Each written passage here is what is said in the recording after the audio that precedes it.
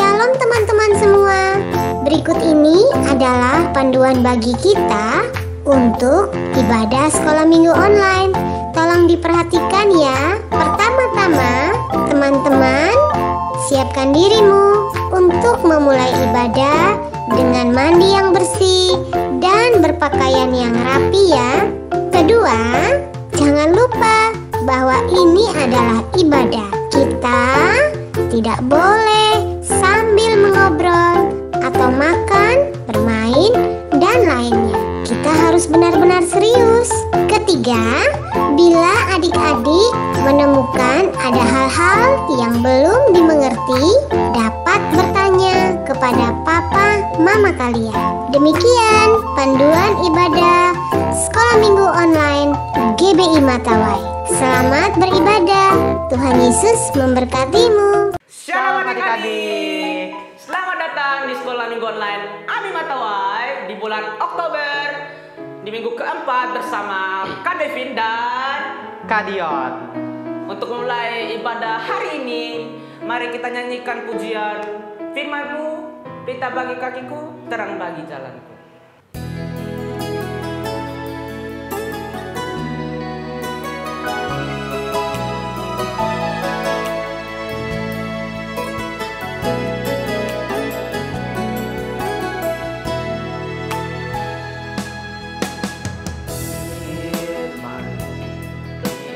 Bagi kakiku, terang bagi jalanku. Firman kita bagi kakiku, terang bagi jalanku. Saat ku bimbang dan hilang jalanku, Kau di sisiku, takkan ku takut, asal Kau di dekatku, bersertaku selamanya.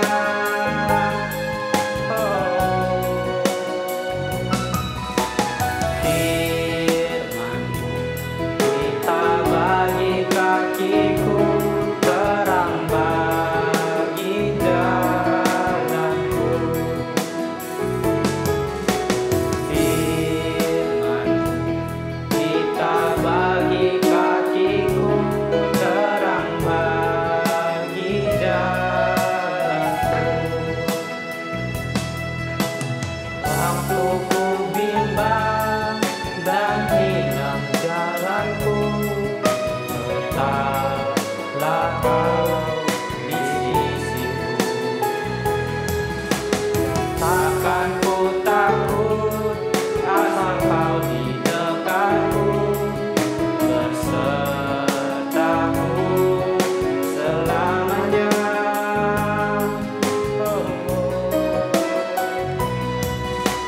Firman-Mu kita bagi kakiku, terang bagi jalanku,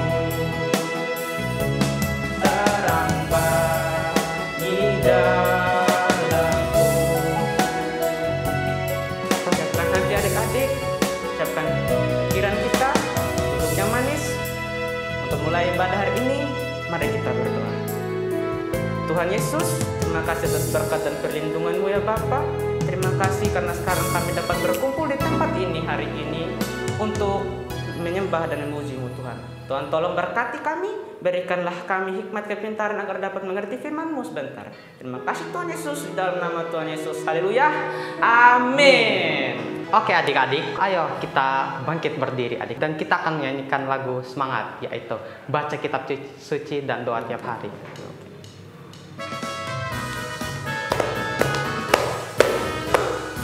Baca kitab suci, doa tiap hari, doa tiap hari, doa tiap hari. Baca kitab suci, doa tiap hari kalau mau tumbuh. Kalau mau tumbuh, kalau mau tumbuh, glory hallelujah.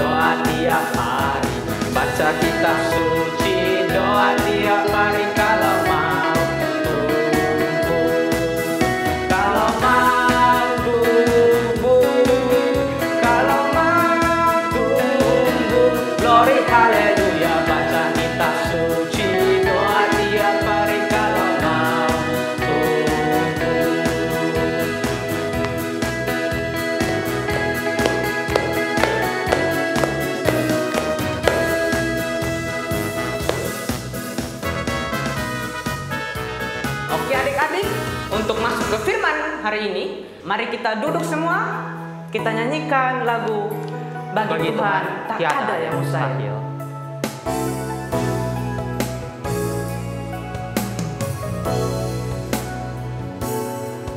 Tuhan tak ada yang mustahil, bagi Tuhan tak ada yang tak mungkin. Mujizatnya disediakan bagiku, ku diangkat dan dipulihkannya. Bagi Tuhan tak ada yang tak mustahil, bagi Tuhan tak ada yang tak mungkin. Mujizatnya disediakan bagiku, ku dan dipulihkannya. Ayo adik-adik kita menyembah. Terima kasih Tuhan, Kau begitu baik ya Bapa. terima kasih Bapa. Kau sangat baik untuk kami. Betapa mulianya Engkau ya Bapa. Tidak ada yang sanggup melawan Kau. Oh Yesus, Engkau baik. Menjadi kami ya Bapa. Selalu Tak ada yang mustahil dalam Tuhan. Rohmu ya Bapa. Cintamu bagi kami, Engkau sangat baik Yesus. Terima kasih Yesus, terima kasih Roh Kudus untuk kebaikan-Mu, untuk penyertaan-Mu Tuhan. Terima kasih, terima kasih, penyertaan-Mu tak Kau baik selesai. sekali baik. Kau baik bagi kami, Kau Allah Immanuel ya Bapa. Kau menyertai kami Tuhan. Kau Allah yang Engkau baik ya Bapa. selalu berada dimanapun kami berada ya Bapa. Kau begitu baik ya Bapa. Haleluya. Terima kasih. Tuhan tak ada yang mustahil, bagi Tuhan tak ada yang tak mungkin. Mujizatnya diserahkan bagiku, ku diangkat dan dipulihkannya. Ku diangkat dan dipulihkannya. Ku diangkat dan dipulihkannya. Saya minta kalian untuk berdoa untuk masuk ke firman hari ini.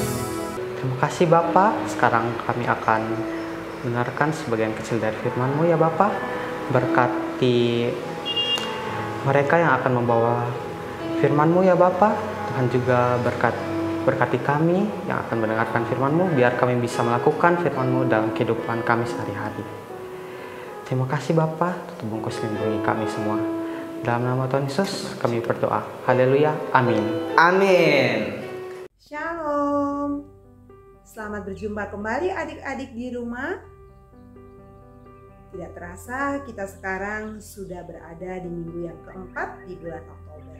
Tidak lama lagi kita akan mengakhiri bulan Oktober adik-adik.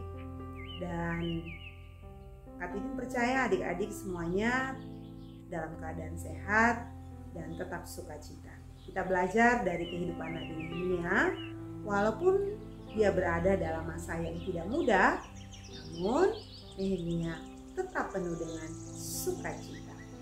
Adik-adik, di minggu ini kita masih tetap melanjutkan cerita kita. Sejak minggu pertama, kedua, sampai ketiga, adik-adik di rumah sudah banyak mendengarkan tentang kisah Nehemia. Adik-adik masih ingat ceritanya kan? Ya, Nehemia itu adalah seorang pelayan Raja Persia yang pekerjaannya adalah sebagai juru minuman dari raja. Nehemia bekerja dengan sangat setia sehingga raja begitu mempercayai Nehemia. Nehemia rela untuk meninggalkan pekerjaannya sebagai juru minuman, dan dia lebih memilih untuk melakukan pekerjaan yang jauh lebih besar, yaitu bekerja untuk Tuhan. Adik-adik, Nehemia juga adalah seorang yang sangat mengandalkan Tuhan. Buktinya, sebelum dia melakukan pekerjaannya, Nehemia berdoa dulu kepada Tuhan. Dia bertanya kepada Tuhan dan meminta petunjuk kepada Tuhan. Dia meminta kekuatan, meminta pertolongan dari Tuhan supaya pekerjaannya akan berhasil. Nehemia juga adalah orang yang tidak menyerah. Dia tidak takut ketika menghadapi tantangan, ketika menghadapi musuh-musuhnya yang mengancam atau mengejek dia ketika dia ingin membangun kembali tembok Yerusalem. Nehemia menunjukkan keberanian yang besar karena Allah memberikan dia keberanian untuk bisa menghadapi tantangan. Dan Nehemia terus memberikan semangat kepada pekerja-pekerjanya agar mereka tidak perlu takut. Seperti dalam Nehemia 4 ayat 14, Nehemia berkata, "Janganlah kamu takut terhadap mereka, ingatlah kepada Tuhan yang lebih besar dan dahsyat." Nah, itu artinya bahwa Nehemia sangat mengandalkan Tuhan dan mempercayai Tuhan. Adik-adik, kadangkala ketika kita menghadapi tantangan atau menghadapi masa yang sulit, kadang-kadang kita merasa, saya ingin berhenti saja. Saya lebih baik tidak usah lagi melakukan ini. Stop sudah, tidak mau lagi. Nah, adik-adik harus ingat dan adik-adik harus tahu bahwa Tuhan itu akan memberikan kita kekuatan ketika kita mengandalkan Tuhan. Ketika kita percaya kepada Tuhan, Tuhan akan memberikan kita kekuatan supaya kita terus maju walaupun kita dalam keadaan lelah atau ketika kita merasa ingin berhenti saja dari apapun yang akan kita lakukan. Nah, adik-adik, terbukti itu semua 52 hari lamanya pembangunan dari tembok Yerusalem itu pun selesai. Karena siapa adik-adik? Karena Tuhan yang memberikan pertolongan kepada mereka semua sehingga pekerjaannya dapat selesai dengan baik. Adik-adik di rumah, setelah tembok selesai dibangun, Nehemia meminta kepada seseorang yang bernama Ezra. Untuk apa? Untuk membacakan kitab Taurat kepada seluruh rakyat. Apakah adik-adik tahu siapakah Ezra itu? Ya, betul sekali. Ezra adalah ahli kitab Taurat Yahudi. Ezra diperintahkan oleh Raja Artasasta untuk kembali ke Yerusalem supaya Ezra itu bisa mengatur kebaktian di dalam rumah Allah. Dan Ezra kembali ke Yerusalem bersama orang-orang yang berada dalam pembuangan. Dan Allah memberikan hikmat kepada Ezra sehingga dia memilih orang-orang yang tepat untuk bisa kembali pulang bersama-sama dengannya di Yerusalem. Adik-adik, Ezra adalah orang yang setia kepada Tuhan. Ezra mengabdikan dirinya kepada Tuhan untuk meneliti firman Tuhan.